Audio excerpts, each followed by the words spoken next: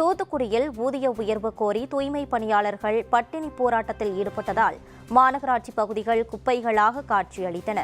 தூத்துக்குடி மாநகராட்சியில் 800க்கும் மேற்பட்ட தூய்மை பணியாளர்கள் அவர் லேண்ட் என்கிற நிறுவனத்தின் கீழ் ஒப்பந்த அடிப்படையில் பணிபுரிந்து வருகின்றனர்.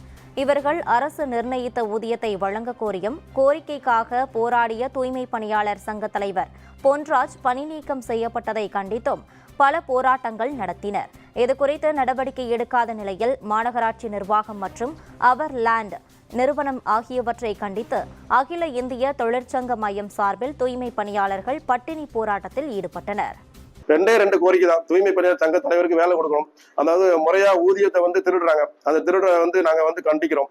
அந்த ஜியோ 62 பிரகாரம் தொழிலாளிக்கு 799, அதை 761, அதாவது ஒர்க்கருக்கு 761, டிரைவருக்கு 799 இந்த சம்பளம் வேணும். அதை தண்டி தான் நாங்க தொடர் பட்டினி போராட்டம் காலையில 7 மணிலிருந்து சாயங்காலம் 7 மணி வரைக்கும் நடத்துறோம்.